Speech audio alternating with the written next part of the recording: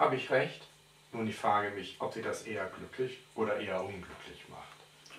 Ich weiß nicht. Da habe ich nie so tief drüber nachgedacht. Dann tun Sie das halt jetzt. Es tut mir leid, ich weiß nicht, was ich tue. Ich muss wirklich los. Ja, wir sollten gehen. Ich bin auch schon viel zu spät dran. Die letzten 2 Monate konnte ich diese Stelle nicht verlassen. Er hat mich nicht aus den Augen gelassen.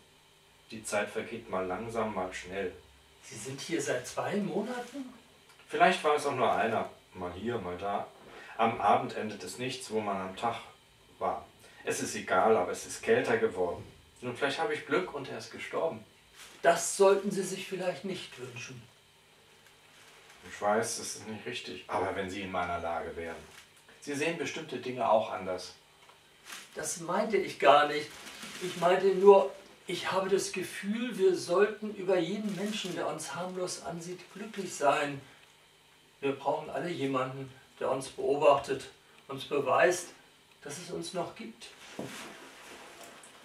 Jetzt aber los, kommen Sie. Ich habe lange genug gewartet. Aber eigentlich tun wir doch alle nichts anderes als zu warten. Immer.